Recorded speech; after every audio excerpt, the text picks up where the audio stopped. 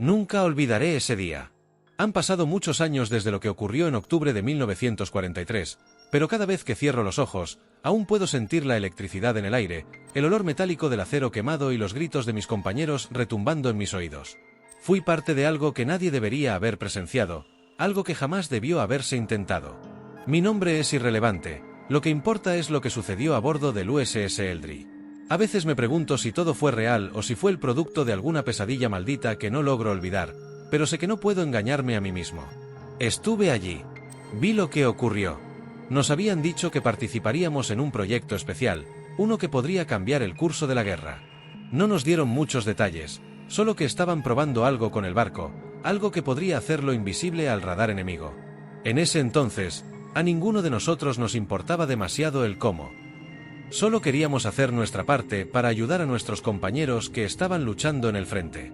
El ambiente a bordo del Eldridge era tenso en las semanas previas al experimento. Sabíamos que algo extraño estaba pasando.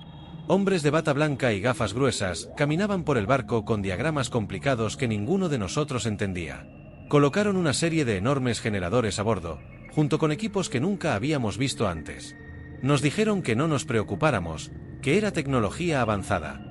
Pero esa tecnología se sentía errada, como si estuviéramos jugando con fuerzas que no deberíamos tocar.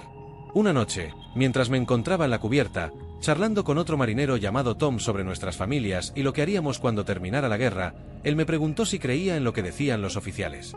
Le dije que no lo sabía. ¿Cómo iba a saberlo?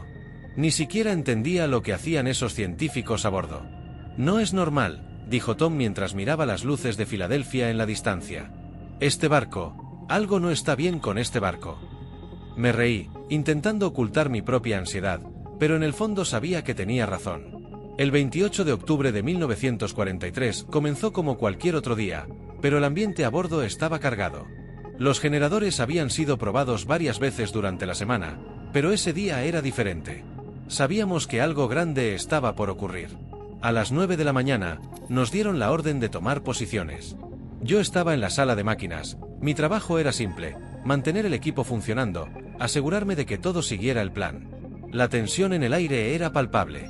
Los generadores comenzaron a rugir, y mientras las bobinas electromagnéticas se activaban, sentí una especie de vibración en el suelo bajo mis pies. Al principio fue leve, pero pronto se intensificó, como si el propio barco estuviera cobrando vida. El zumbido de la maquinaria era ensordecedor. Fue entonces cuando algo cambió. Una luz verde intensa comenzó a envolver el barco.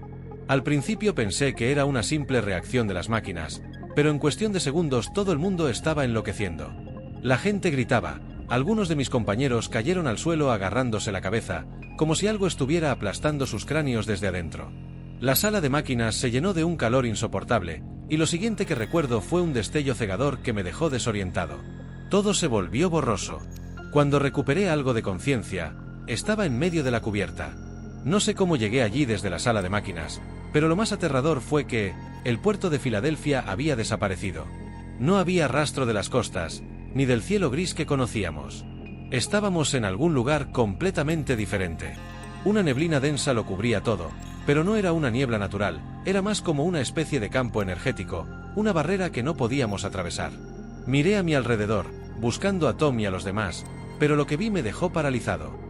Algunos de mis compañeros se movían con desesperación, pero otros estaban atrapados, fusionados con el casco del barco. Sus cuerpos eran parte del metal, sus ojos desorbitados y sin vida, como si en el momento de ese destello hubieran sido integrados al propio Eldridge. Intenté ayudar a uno de ellos, un hombre llamado Jim, pero cuando tiré de su brazo, lo que quedaba de él se desplomó al suelo como si fuera un saco vacío.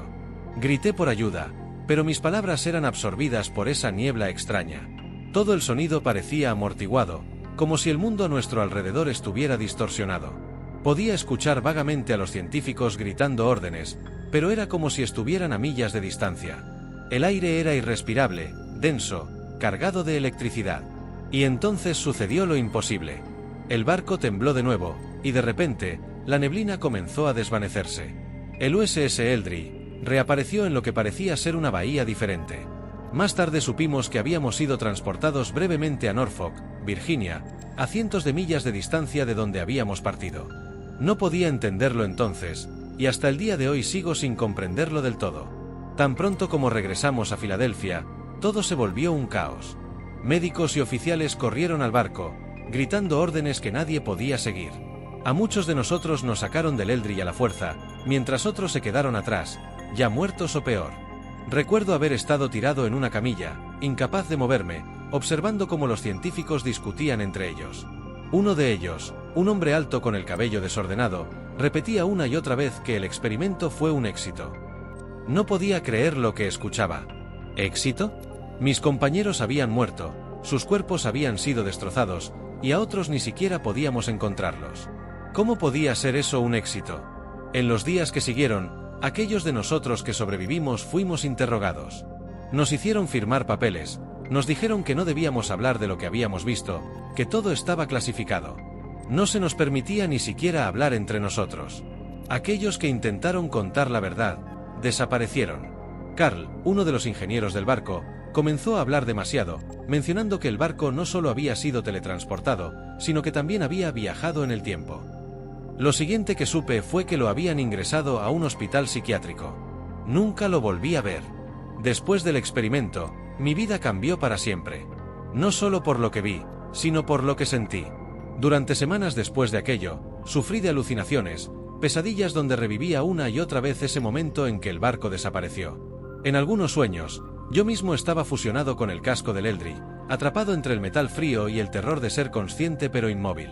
Algunos de nosotros nos mantuvimos en contacto de manera clandestina, intentando darle sentido a lo que nos había pasado. Pero cada vez que alguien intentaba hablar en público, misteriosamente se esfumaba. Era evidente que el gobierno no iba a permitir que la verdad saliera a la luz. Nos convirtieron en fantasmas, en hombres sin pasado, para que el mundo nunca supiera la magnitud de lo que hicieron ese día en Filadelfia. Hoy, solo unos pocos de nosotros seguimos con vida para contar esta historia, pero ni siquiera estoy seguro de que lo que estoy haciendo sea seguro. Si estás leyendo esto, si alguna vez llegas a escuchar lo que ocurrió ese día, recuerda que no fue un simple experimento fallido. Jugamos con fuerzas que ningún ser humano debería tocar, y pagamos el precio. El USS Eldridge no solo desapareció de Filadelfia ese día, también desapareció una parte de mi alma. Por favor, danos un like si disfrutaste de este video, y no olvides compartirlo con cualquier persona que pienses que podría encontrar este tema fascinante. Tu apoyo nos ayuda a seguir creando contenido de calidad y nos motiva a seguir explorando historias tan intrigantes como esta. Gracias por ser parte de nuestra comunidad.